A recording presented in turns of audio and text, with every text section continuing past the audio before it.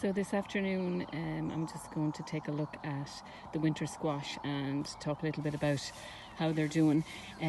These are, I've got a couple of different varieties of winter squash. They were seeded around the 20th of April, which is actually plenty of time to start winter squash. You could even leave it until the very end of April or beginning of May.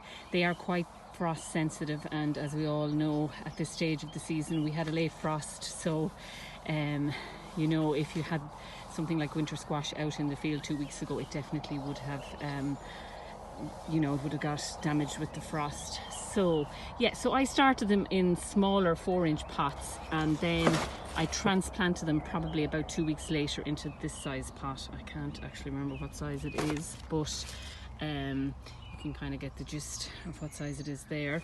And they've been in the polytunnel since, and they've really come on well because the weather has been so fine. Now it is the 23rd of May today, and I could put them outside right now, but my site is quite windy, and the foliage of the winter squash, like the cucumbers and the courgettes, they really don't like a windy site. It doesn't do well, it dries out their leaves. So I still want to wait. I normally don't put them out until June, and I don't want to jinx it this year. So what I've done, you can see around here, I've taken them out of the pot, so you can see get around there. Yeah, you can see there that the pot, or the root ball, is it's definitely getting a little pot bound in that size pot. So I'm moving them on into the next size pot, which is actually a litre pot. So I just have some pots here.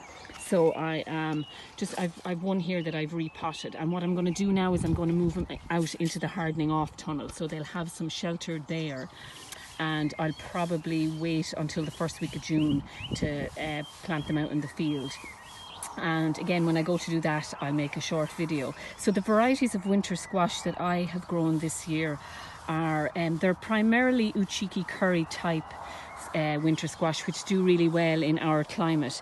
So I have Amoro, and I also have Victor, and then Uchiki curry, and then I have our Crown Prince, which is an F1, and it just gives really nice sort of they're kind of meaty winter squash, and they have kind of a grey blue silvery skin on them, so they're really nice. So just a few different varieties. I find the butternut squash doesn't do as well in our climate if you want to grow it outside, but again, in different parts of the country people have success with different varieties. So so that's just a picture of my winter squash, and as soon as I finish potting all of these into the litre pots, they'll go over to the hardening off tunnel, and they'll stay there for 2 weeks before I plant them outside.